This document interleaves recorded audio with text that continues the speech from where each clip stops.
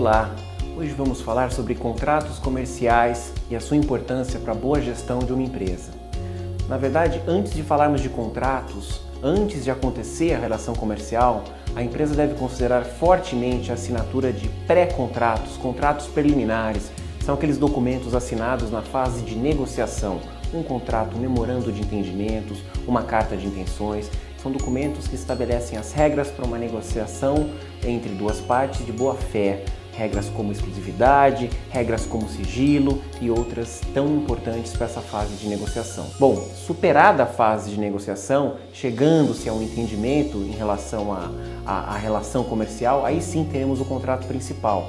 Alguns dos principais contratos que nós temos no mundo corporativo, no mundo empresarial, são contratos de prestação de serviços, contratos de distribuição, contrato de representação comercial, contratos de compra e venda de mercadorias. O ponto mais importante que nós temos em relação a isso é sempre que o documento seja customizado à relação comercial, à natureza jurídica e comercial daquela transação. Não adianta usar aqueles contratos modelos, aqueles contratos padronizados que não refletem a realidade da relação comercial. O contrato deve ser feito especialmente para aquela relação e por isso a importância de um advogado que vai redigir esse contrato de entender profundamente do negócio da empresa, para que ele possa, juntamente com as outras áreas da empresa, desenvolver um documento que sirva e que possa ser vigente e valioso por muitos e muitos anos. Sabemos que alguns contratos são para uma transação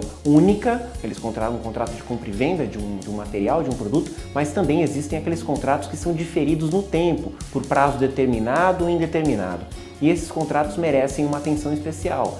Por quê? Porque uma vez assinados, eles devem ser monitorados, eles devem ser atualizados no decorrer do tempo.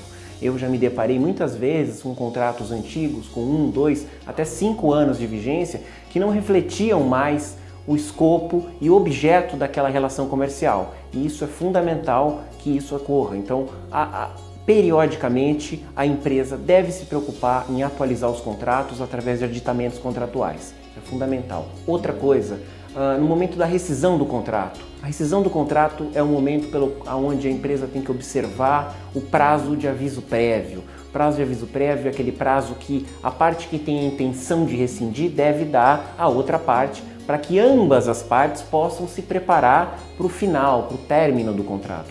Esse prazo de aviso prévio geralmente ele é proporcional ao investimento que as empresas fizeram naquela relação, se é um investimento mais alto, se é um investimento mais complexo, mais estruturado, as empresas precisam geralmente de um prazo um pouco mais extenso, um pouco mais dilatado, ou se é uma contratação mais simples, que pode ser facilmente substituída, o prazo de aviso prévio deve ser menor.